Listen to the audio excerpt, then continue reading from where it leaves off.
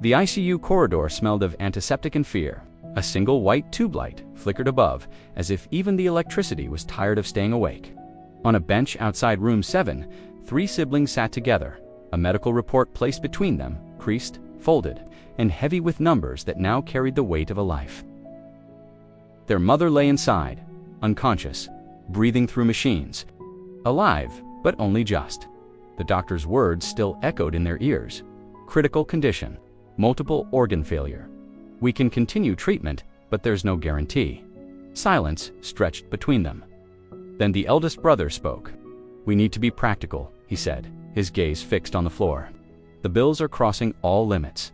ICU charges, the ventilator, medicines. This could go on for weeks." The sister clenched her dupatta tightly. So, he continued, his voice stiff. "At some point, we have to accept reality." The younger brother shifted uncomfortably. "What are you trying to say?" The eldest took a deep breath, putting in more money. "Is useless now," the words landed like a slap. The sister stood up suddenly. "Useless," she repeated, her voice rising. "You're calling Ma useless?" "That's not what I meant," he snapped. "Don't twist my words. You meant exactly that," she said, tears filling her eyes.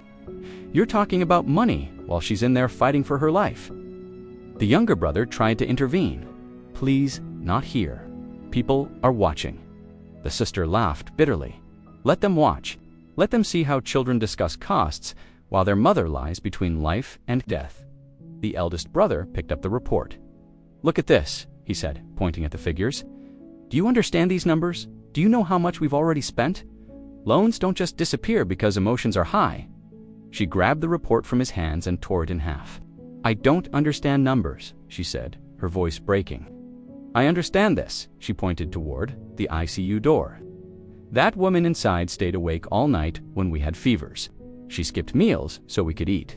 She sold her bangles to pay your college fees." The brother's jaw tightened. "This isn't about the past. This is about now." "No," she replied softly. "This is exactly about the past, because she never once asked whether spending on us was worth it." The younger brother finally spoke up.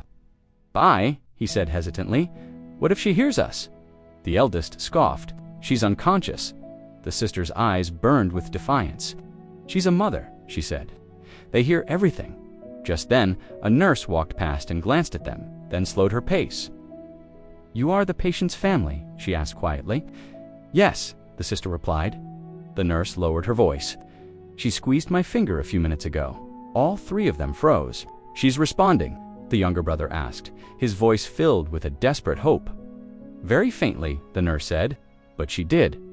The eldest brother looked away, his expression unreadable. The sister sank back onto the bench, sobbing quietly. After a long, heavy pause, the eldest brother spoke again, but his voice had changed. "I'm not heartless," he said, his voice thick with emotion. "I'm scared," no one replied.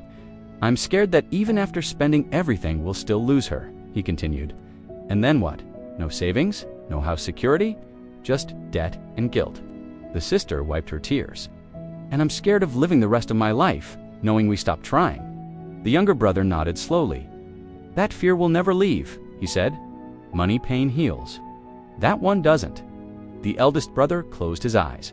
Memories rushed in his mother, counting coins, stitching old clothes, smiling even when she was exhausted. He whispered, "She never let us see her fear." The ICU door opened, and the doctor stepped out. "We can continue for 48 more hours," he said gently. "After that, we'll have to reassess." The siblings looked at each other. There were no more arguments, no more calculations, just a choice. The eldest brother took out his phone.